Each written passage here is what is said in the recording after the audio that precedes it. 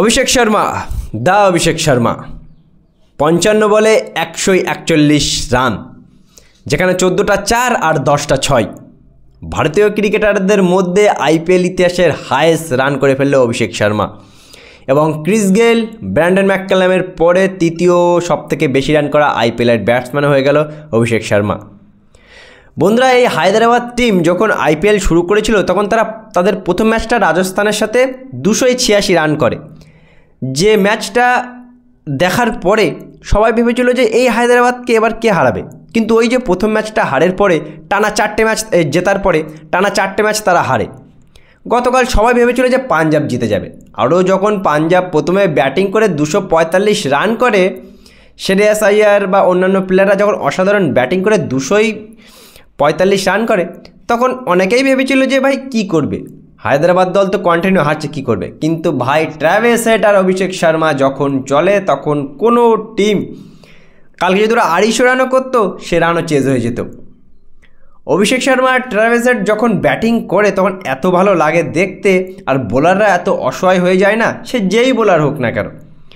ইয়াশ ঠাকুর হয়তো এখনও সে আফসোস করছে, ভাই আমার ওই একটা নো বল, অভিষেক শর্মা কিন্তু আউট হয়ে গিয়েছিল 10-15 রানের মধ্যে, একটা নো বল পুরো ম্যাচটাই শেষ করে দিল। ইয়াশ ঠাকুর হয়তো আফসোস করছে, পাঞ্জাব হয়তো আফসোস করছে যে ভাই ওই বলটা কেন নো বল ছিল। অভিষেক শর্মা যদি তাড়াতাড়ি আউট হয়ে যেত, কে জানতো যে এই ম্যাচটা পাঞ্জাব অনেক বড় মার্জিনে জিতে যেত। কিন্তু ভাই অভিষেক শর্মা কালকে একটা জীবনদান পেয়ে যে ইনিংসটা খেলে দিল, গোটা বিশ্ব এখন অবাক এই অভিষেক শর্মার ব্যাটিংটা দেখে।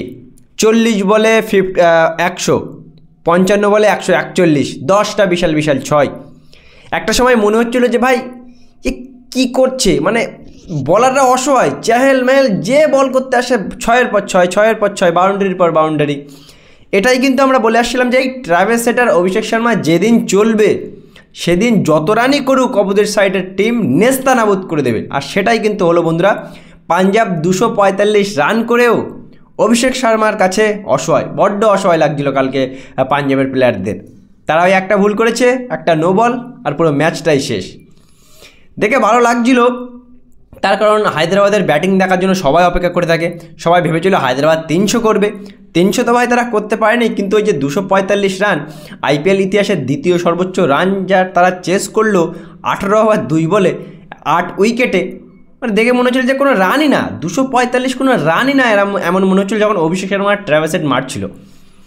অভিষেক শর্মার মতো প্লেয়াররা 5টা ম্যাচ খেলবে, 3টে ম্যাচে চলবে না, 2টো ম্যাচে চলবে। আর ওই যে 2টো ম্যাচে চলবে সেই 2টো ম্যাচে অপোজিট সাইডের টিমের নেস্তানাবুদ করে দেবে। আর এটাই কিন্তু প্রমাণ হলো কালকে অভিষেক শর্মার ব্যাটিংয়ে 141 রানের একটা দুর্দান্ত ইনিংস আমরা কিন্তু দেখে ফেললাম।